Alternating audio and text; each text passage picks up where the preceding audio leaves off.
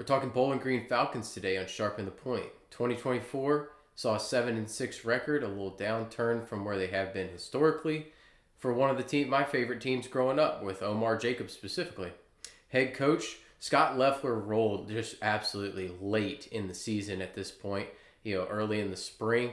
And they were able to bring in a quality replacement, though. Eddie George comes in first season from Tennessee State. And George did a nice job at Tennessee State in improving them year on year. And his legendary status in the state of Ohio is going to help him with recruiting the area. He brings along with him defensive coordinator Brandon Fisher. That's right, Jeff Fisher's son. I have slight history with him, given that he was on the Montana team and a key cog in it that beat my James Madison Dukes in the playoffs, so I'm still somewhat holding it against him there. But he's a quality coach, and he should be, given his pedigree. Quarterback-wise, Connor Bazelak, he graduates after a successful tenure, 3,000-yard passing a year ago. They were hoping originally, when Loeffler was there, that Stanford transfer Justin Lamson was going to be the answer at this position, but then he quickly 180'd out as soon as Loeffler was gone. So they pivoted to Drew Pine. Drew Pine's a well-traveled, experienced quarterback, having made stops at Notre Dame, Arizona State, and Missouri, and maybe the drop down will help him. He struggled at each of those spots and was not the answer clearly at each one. And this moving to the MAC might be just what he needs to be able to reach somewhat of a ceiling that everybody had hoped he would get to. He's going to need to learn the offense quickly once he joins the team, as he missed the entire spring and stayed at Missouri for it. Beyond him, there's a couple guys, Lucian Anderson specifically, they really need to improve before they end up seeing the field. So this is Pine's job to lose, even though he wasn't here for the spring. Running back-wise, Terrion Stewart was a huge focal point of the offense a year ago. In the last couple years, he only had 900 yards rushing, but that's due to some games missed. He's gone to Virginia Tech. He parlayed that opportunity into a bigger opportunity, hoping to take over for Bashal Tutin. Chris McMillian should be the starter after coming in from the JUCO ranks. He impressed in the spring, and he's more of an in-between-the-tackles, short yardage guy. He's going to be a physical presence for this offense, and hopefully Eddie George, given his pedigree, can coach these guys up.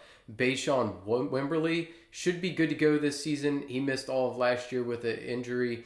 Assuming he is healthy, he's going to add a lightning to McMillian's thunder, and hopefully that works out.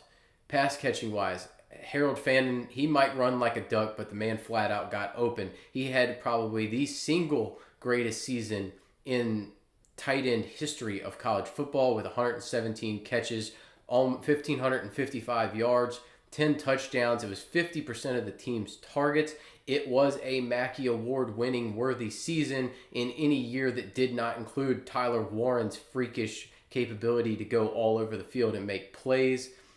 They're going to try to replace him with a number of players and a heavy rotation, it sounds like, because Arliss Boardingham from Florida, he showed flashes. I really like him as a prospect. He provides the athleticism and capability to pick up where Fannin left off, but his point of concern is that he was out all spring with surgery. So I think we're going to end up seeing a mix of guys try to pick up the slack, especially early on, with the hope that Boardingham's talent and athleticism can emerge as the season moves on. Wide receiver wise, Malcolm Johnson Jr. leaves as well as he was the second leading pass catcher. So they're going to turn to Finn Hogan to lead the room. He's been on the field a lot over the last few years, but he's not necessarily been a high producer, which makes sense given that Fannin was seeing so many targets. RJ Garcia is back. He missed last season with the injury.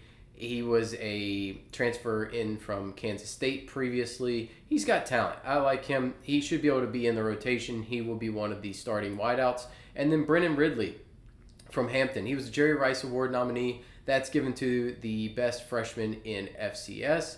They should form the core of this wide receiver room, and they need to get on the same page with Pine quickly during fall camp. And then the rest of the room is extremely young and needs to develop. So they're going to have to lean on these guys and hope that they can produce right out the gate. Offensive line-wise, Right tackle Alex Wolschlager heads to Kentucky. He is the only but also big loss along that offensive unit. And left guard Andrew Kilfoyle is going to come from USF. They're pretty set at the guard positions, so in order for him to see the field early, he's going to need somebody else to kick out to that tackle spot that Wolschlager left, or he's just going to add some quality depth. Personally, I think that's kind of where they're probably going to go. It's an older line, bringing back all those guys. And they allowed very little pressure last season, which is a quality point for Pine itself.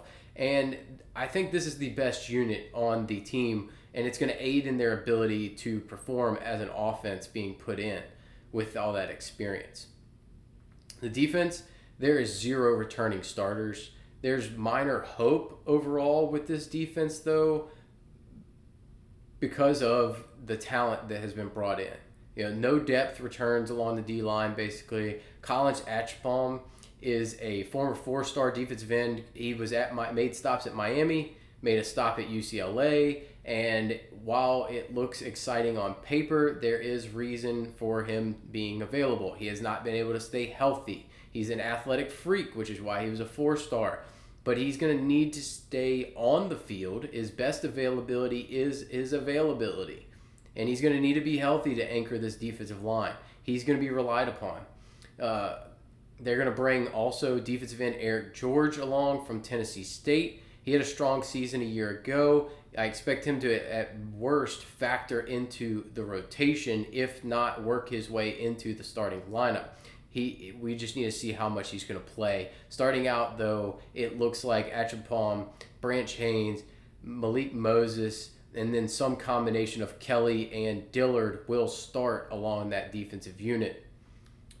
Joseph Sipp is a massive loss in the second level at middle linebacker. He was a key cog to this defense. He goes to Kansas. Then also losing Saipaya in the spring was also a problem. I absolutely love the addition of Gideon Lamprum from Dayton. He was a highly productive linebacker there, and I expect him to fill a leadership role on this defense and get everybody rallied behind him. He's a downhill guy, finds his way to make plays in the backfield. He loves tackles for loss. He lives in the opposing team's backfield, reads the ball extremely well as where it's going. I expect him to be a very important piece of this defense. Miles Bradley and Justin Eklund should join him in that linebacking core, and then we'll kind of see if anybody needs to rotate in there.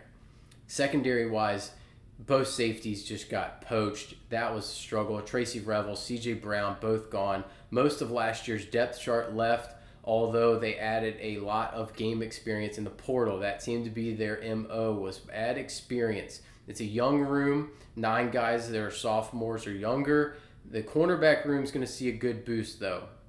Bringing in JoJo Johnson from Indiana and former Tennessee State. See a common theme here with these Tennessee State guys. Jalen McClendon. He's a redshirt senior, so he's well experienced. He had 66 tackles last year, but his number one attribute, 19 pass breakups a year ago to go along with his experience. Pascal's going to return as well. He will play a key role at nickel, and the free safety is going to be Lorfils. He returns from injury from a year ago. I like that he is back healthy, but this team's going to rely upon that cornerback room of JoJo Johnson and Jalen McClendon being the playmakers on the outside. Let's go into the schedule and the outlook for the season. You lose Fannin and Stewart. Those should be and could be a death blow to an offense, and they're going to have to hang their hat on this offensive line being able to hold up and dominate the line of scrimmage. There is some expectation, you could say, that Loeffler had saw the writing on the wall that the house was about to crumble around him, given how much they lost from a year ago with Basilak and the weapons on the outside. And Eddie George has his work cut out for him, especially on the defensive side of the ball. This is a rebuilding project. He took over something similar at Tennessee State, and he built it year on year and added to it. He added a bunch of guys from Tennessee State. It's going to help him build the culture of the program, But don't expect to see something similar to Kurt Cignetti going from James Madison to Indiana, right? He had immediate success bringing his guys with him, but those were national championship level FCS players that had done it at an FBS level early on. And these are guys that were good, not great FCS guys. So this is a big talent jump for them, even landing in the MAC. So schedule-wise, Lafayette, that's a nice soft landing spot for him to get his feet wet, get his guy comfortable, get a W on the board. Then you go to Cincinnati. That's going to be a tough one. You get Liberty, also tough one, because we know Liberty, they spend money on that program. At Louisville, another tough one. How do you respond after getting your teeth kicked in 3 straight weeks? Well, we're going to make it, the scheduler guys did not help them out at all, because then they have to go to Ohio, which is perennially a powerhouse in the MAC, and follow that up with Toledo. How can this coaching staff, keep building the culture and keep the winning mindset and the ability to build on something when you start out the season 1-5, right? That's what we need to see. How do they respond? That Central Michigan game should be a coin flip. How do you respond after a 1-5 start? That Central Michigan game is going to be something where if they win that game, we'll know, it's going to tell a big story about where this program is headed in the long run, or whether they quit, specifically those transfer guys. How do they respond? Because then you're heading to Kent State, and they are a absolute brutal team. I would lean that you win that game on paper, but that's on paper of a team that's 0-0. That's not a team that's 1-5 or 2-5, 1-6 going into it. So we need to see what happens here. That could end up being the battle of the bad. I expect Eddie George to be able to keep these guys up. I expect them to perform well in that Central Michigan game and bounce back, maybe get a dub there, and then be able to handle their business against Kent State. Buffalo, it's a well-coached team. They're building a good program there. Love what they did a year ago. I wouldn't probably say that Buffalo handles their business there. At Eastern Michigan, always a tough place to play. It's going to be a difficult spot. Akron, that's a winnable game. It's a coin flip.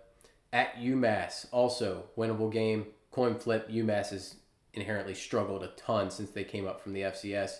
Probably the worst move they've ever made in program history was moving up from FCS. It's not going to be what the fans are used to, but 3 to 5 wins looks like the likeliest scenario, as long as the team keeps its head in there. And if they somehow pull out a bowl game out of this schedule, it is going to be unbelievably good, given the roster turnover and the talent that went out the door comparatively to the talent that was brought in. It's going to really ride on if Drew Pine can put it together and play well.